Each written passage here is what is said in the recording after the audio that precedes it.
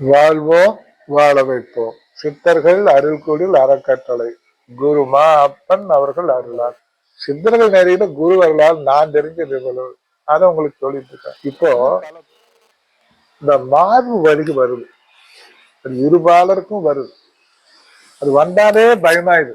ஏதோ இங்க வலிச்சிட்டு இருக்கு, வலிச்சிட்டு இருக்கு, இங்க வலிக்குது, இங்க வலிக்குது. வாயு தான், வேற ஒண்ணுமே இல்லை.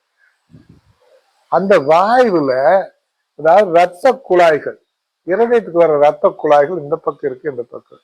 அந்த வாயு பெருசலா வந்தாலும் வலி அதிகமா வந்துடும். குறைஞ்சு வந்தா ரத்த ஓட்டம் மாற பார்க்கும். ரத்தத்தை தள்ளி போற காற்று தானே. அந்த இதுல நீர் கோத்திட்டா அடைச்சிக்கும். அதுதான் வேற ஒண்ணு இந்த பக்கவாட்டுல போற மாதிரி சுகமா இருக்கும். இது அக்குள் வரைக்கும் போகணும். இப்படி எப்ப செய்யணும்? காலையில வெளியெல்லாம் போயிட்டு யோகாவு மாற இதையும் அதே சுகமா எத்தனை தடவை? ஒரு 5-6 தடவை செய்யுங்க. நிறைய செய்ய வேண்டியலாம். அது சுகமா இருக்கும். போட்டு அதைச்சிட்டு இருக்கக்கூடாது, லேசாகவும் இருக்கக்கூடாது. அதே ஒரு 5-6 தடவை முதல்ல அப்படி பக்கவாட்டுல போற மாதிரி ஒரு 5 தடவை.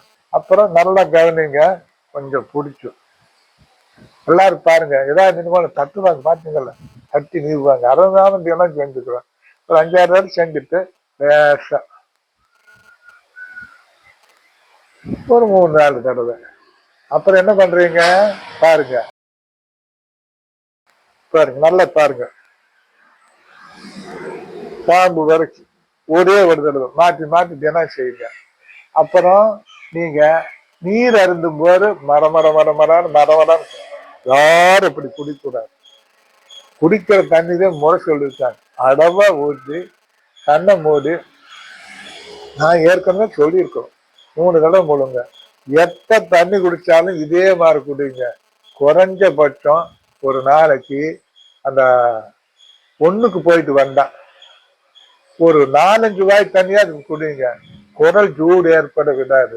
மலை வாசல், சிறுநீர் வாசல், அரிப்போ தினவோ அதெல்லாம் ஏற்பட விடாது. நல்லா வெடி வாய் எல்லாம் கணிஞ்சிடும். இந்த கடைப்பிடிங்க, பயணம் பாருங்க. நன்றி, வணக்கம்.